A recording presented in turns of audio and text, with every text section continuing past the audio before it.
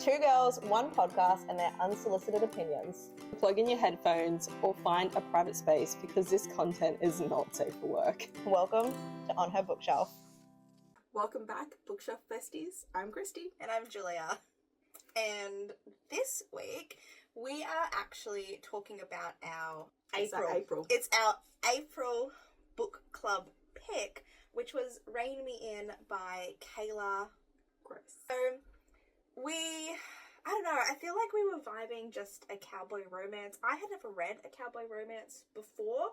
Had you? I had only read one, and it was very, it was a little bit cowboy. It wasn't like a cowboy, you know? Yeah, but I feel like, start of April, we were getting a lot of, content pushed towards our algorithm that was very, cowboy romance with not even a cartoony cover, but almost comic booky style covers as well. And had you read one of Kayla's books before? Yeah. Yes. So I was swaying towards, I think, a different cowboy romance author that I'd seen a lot. I'm going, why don't we try this? And Kristie was like, no, we've got to read Kayla. Yeah. Her work's amazing. And I was like, all right, I trust you. If I trust your recommendations, let's do Rein Me In. Seriously, you can't go wrong with Kayla. Just read all of her books, okay? Just do it. Just do it. So, I think that's already, planting the seed that we enjoyed her book. Kristie, what the hell do you have? Close your eyes. So, I told Julia I would get a prop for this. And I found a prop. Oh, no. Which way do I... Oh, my God. It's a cowboy hat, isn't it? It's totally going to be a cowboy hat. It's so not a cowboy hat. You can open your eyes.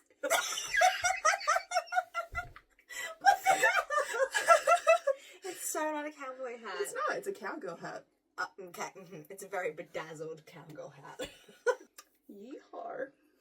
Yeehaw? Isn't it yeehaw? Why would they call him a whore? Not whore, yeehaw. Yeehaw. I don't know. Okay, so you could wear that the whole episode. Yep. Amazing. So for anyone listening that is wondering what's happened, Kristie has pulled out of her, Mary Poppins bag, a white cowgirl hat. And it's got a white glittery feather duster kind of frill around the edges, around the brim of it. So yeah, she looks very stylish. Thank you. Yeah, I found this at the op shop a month ago. Was that after we'd picked our April book club? I think it was in the same week I found it. I was like, it's meant to be. And I've been holding on to this and not showing you for a month, and it's killed me. It's absolutely killed me. Considering we see each other 4 to 5 times a week. Yeah, I understand. That's so funny. And look, I've also got to point out the other thing that Kristie is wearing today. It's her Shrek t-shirt that her partner gifted her. Because I think our last episode was Get Into My Swamp, and now we're a little bit on the Shrek fandom again. Yeah. So, your outfit is very out there. Oh, it's confusing to the senses. Yeah, that's fair. It's confusing for me as well. Cool. All right. So, do we want to briefly summarize Rein Me In? So, Blake Tanner has recently come back home to her little country town in Texas. She hasn't been home in 5 years since her brother's death. It's about 5 or 6 years. She's just been avoiding home, avoiding the small town. It's very small town country vibes.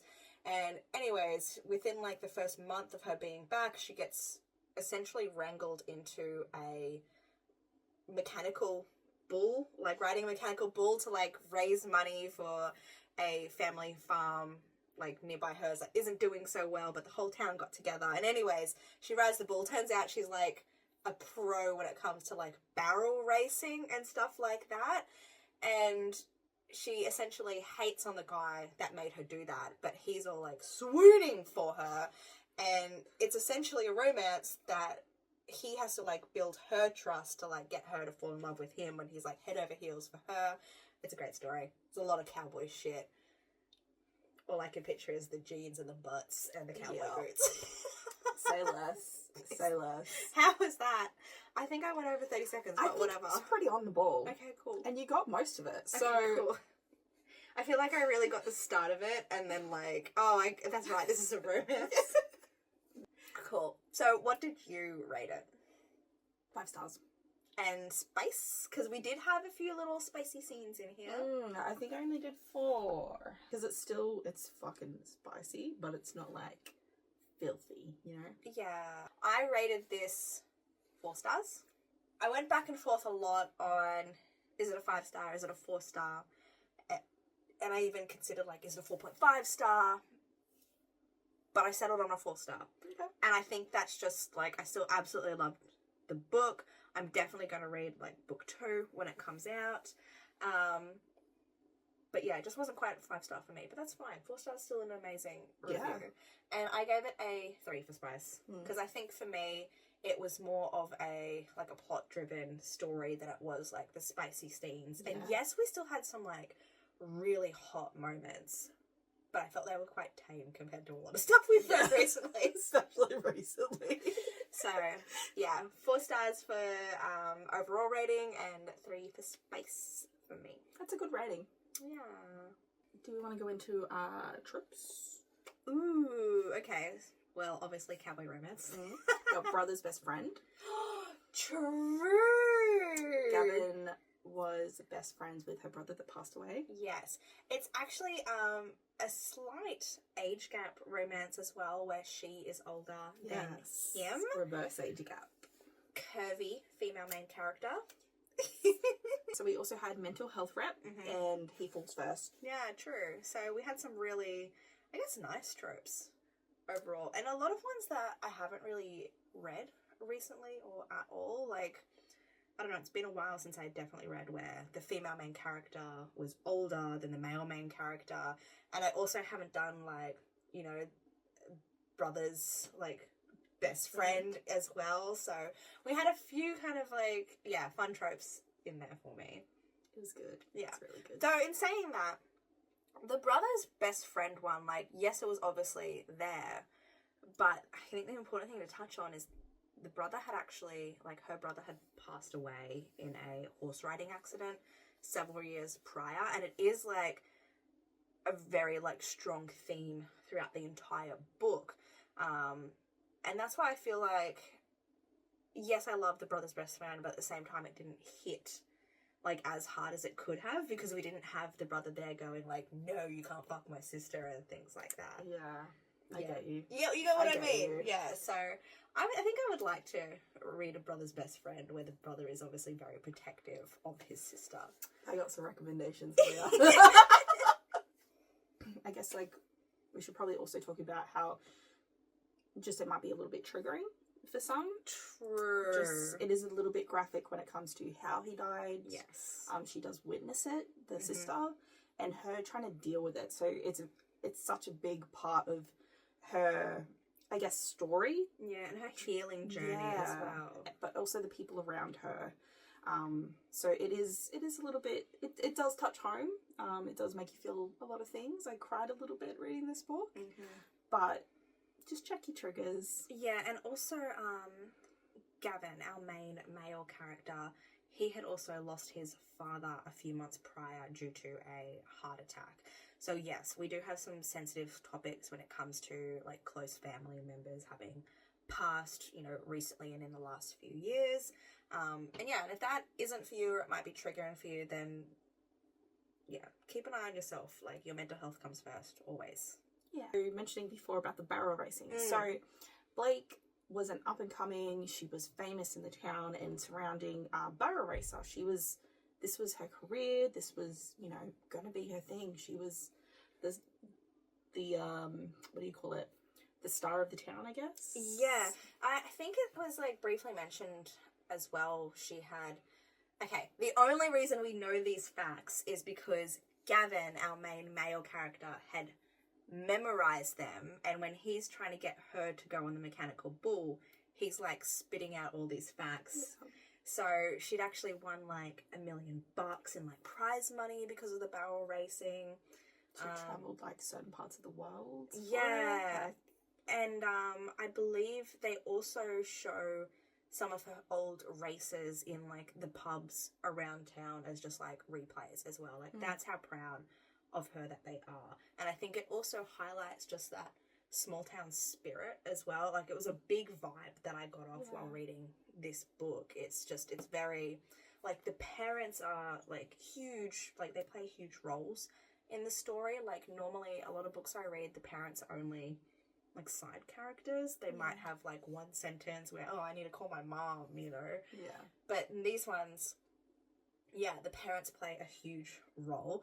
And can I just take a moment to say, I fucking love Gran. Yes. Gavin's grandma is such a sassy queen, and I don't know what it is about like these old lady characters that just get thrown into books, but they have to be my favorite like characters that I've read throughout this year. Yeah, same. Just when sassy old ladies. They have no filter. They don't give a fuck, and they will tell you how it is. I love it. Because in that very first scene as well, it was Gran that was like standing next to Blake, convincing her to get up on the bull because she could see that her grandson Gavin wanted Blake up there, and she was just like shipping them from day one. Yes, it was fucking brilliant. It was absolutely brilliant. One of my favorite characters, definitely. Yes, hands down. Read it just for Gran. But I think what we have to point out as well is, I know I briefly mentioned before that Blake has a fear of horse riding, and that is mainly because of like how her brother passed. Like he passed during a horse riding accident. And because of that, she swore to herself that she was never going to get on a horse again. Yeah. And that even included, mechanical bulls. It was too familiar.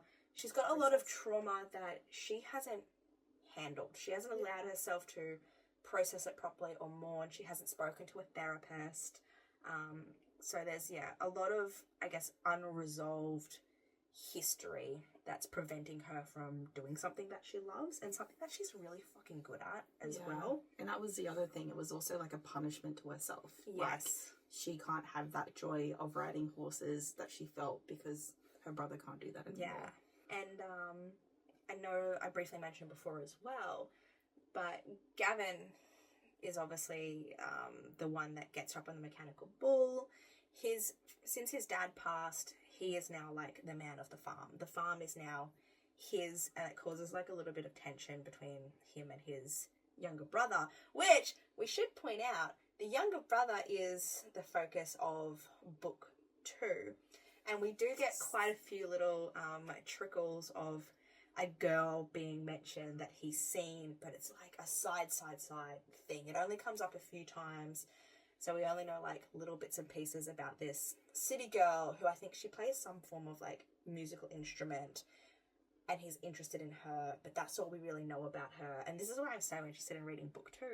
I love like the writing of book 1 so much, and I even liked, I guess, the character development of Cade as well. He's still got a long way to go, don't get me wrong, which is hence like the book 2, but at the same time, you don't have to read book 2. You can literally just read book 1 as a standalone. Everything wraps up nicely.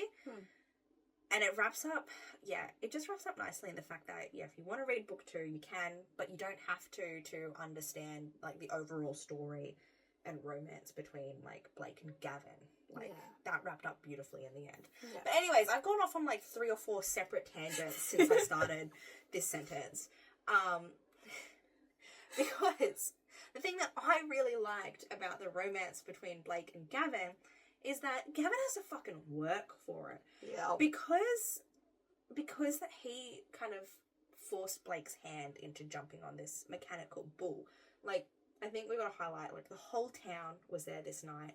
The charity event was to raise money for Gavin's family's farm. It hasn't done so well with, like, the recent droughts, and since their dad died, turns out, like, their dad had a secret where they were just in so much debt, like, mortgage upon mortgage, like, they were going to lose the farm.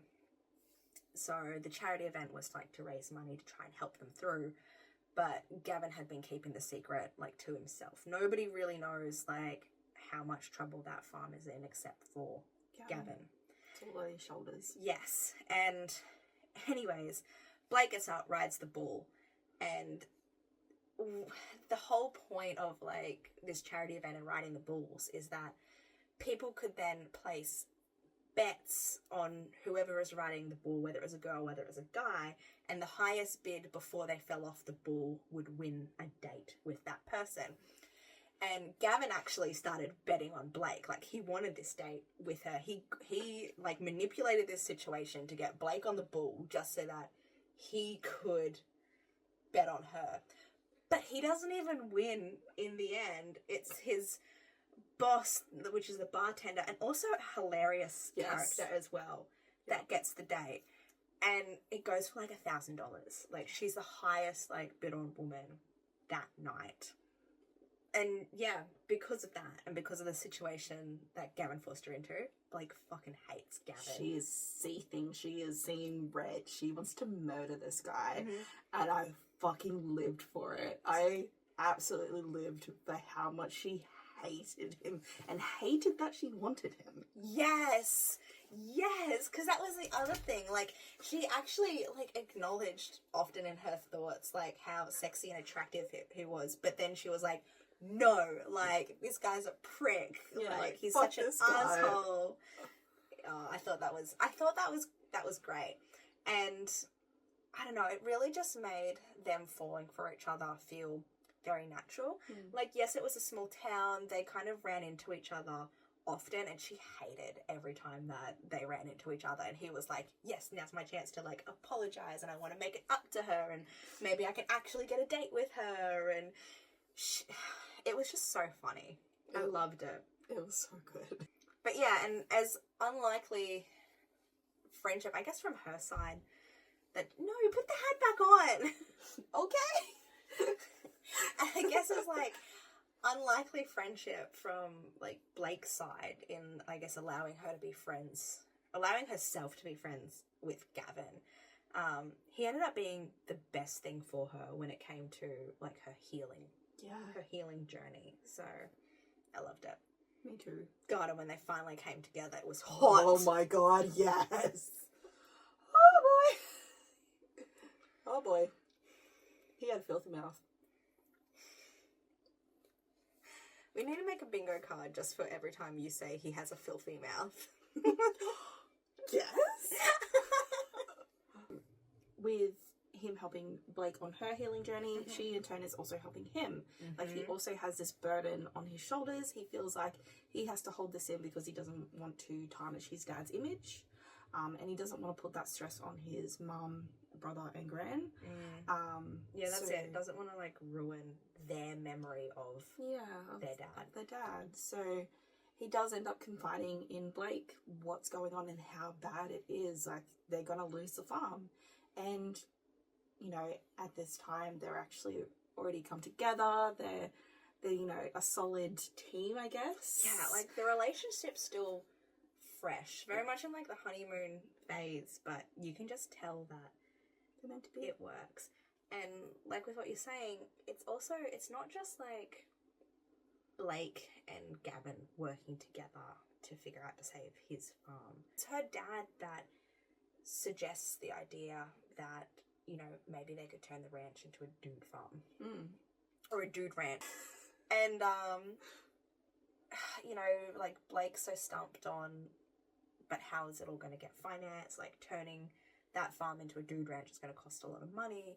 And then her dad said something, just a suggestion, because the thing that I liked about Blake's parents is when her mum and dad married, they came together and they created a very successful breeding and training farm for horses.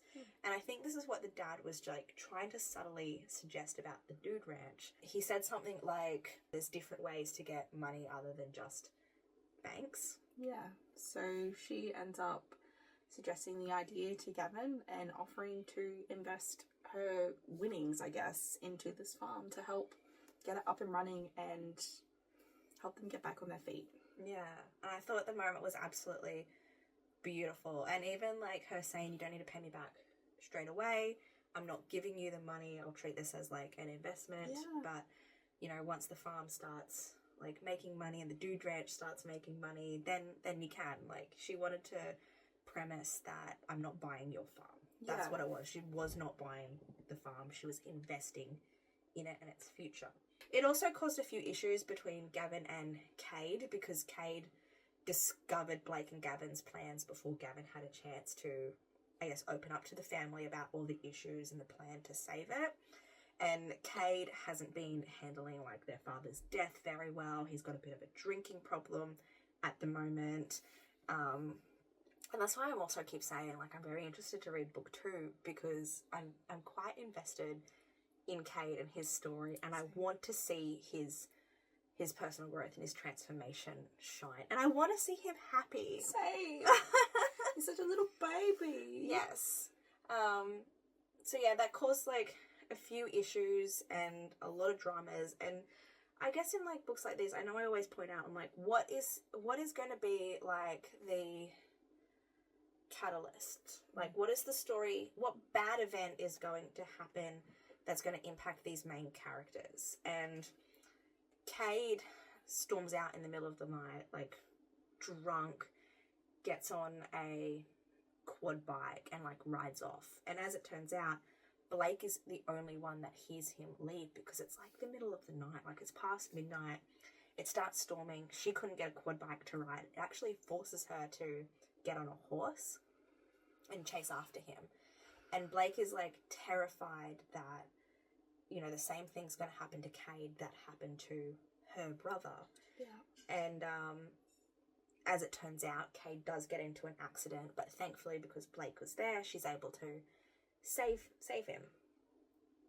And I think it was, like, the storm that woke Gavin up, and he was, like, following behind ever so, like, just far enough away, like, on the tails that he was then able to, like, call for help because Blake didn't have a phone on her.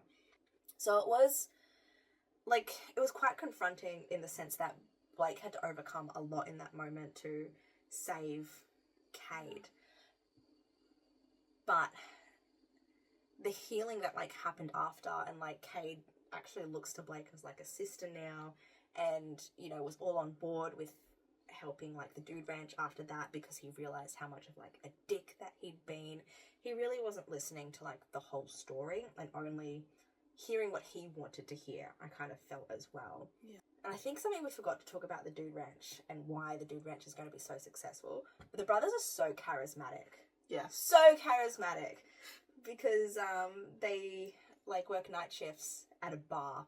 And the bar they work at is just so successful, mainly because of their personalities and the way they can entertain crowds. Like, Cade does, like, line dancing and, like, teaches women how to line dance. And, like, obviously Gavin operates, like, mechanical bull. It's a whole attraction, gets the city folks there. Yeah. Or, like, a picture, like, when they are in the bar, you know, getting the crowd rowdy and everything. Have you seen Magic Mike? Matthew McConaughey? Like, up on stage. Yeah. But yeah, Matthew McConaughey. I fucking see it. And I just remember when, like, the book opens up and it's, like, describing Gavin, I could literally, like, visualize the camera, like, panning from, like, feet up and, like, the slow pan, like, over his ass and stuff like that. And then we stop on, like, the chest and the tight sleeves on his shirt. And then we get this, like, gorgeous cowboy, but, like, cocky smile. Like, he knows he's working the crowd. Kayla, if you want to turn this into, like, a movie, I'd watch it. 100%. 100%. Could definitely get some screen time for sure. Obviously, we loved this book and we can't wait to read book 2, which is called Rope Me In, and yeah, follows the brother. I'm so excited.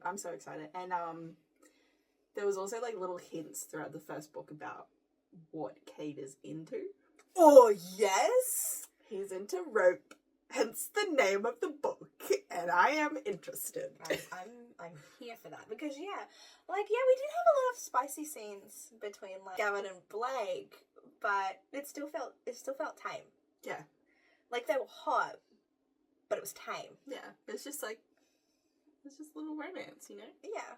So I'm really excited to see how she does Cade, because like you said, he's into, like, rope play, and I'm like, are we going to get more, like, BDSM side? Like because Daddy Cade? Stop. I am invested. I'm so invested. Because, okay, like, real talk, at Kayla's books, some of the others I've read, like Puckshot and Trickshot. Mm-hmm. Girl, you need to read those books. They are fucking hot. They're on my TBR. I definitely knew of Kayla because of Trickshot. It was like a one female, two men, one night kind of situation. Oh, yeah. That's enough. Do I need to say? Say less. Yeah, so obviously we loved this book. We can't wait to read book 2. So, if you are looking for a spicy little cowboy romance with some sexy brothers in their tight jeans, cowboy boots. I don't even think tight jeans were mentioned. It's just the visual They I kept getting. They were at the start. This one's for you, I guess. If you want to dip your toes into cowboy romance, I feel like this is a good way to start. I know I am jumping way into cowboy romance after this. So, You could say you're straddling that horse. yeah, I will. Terrible. But yes, we highly recommend Rein Me In by Kayla Grosse. I guess until next week. Bye. See ya. I chimed in with Haven't you people ever heard of closing the goddamn door? No.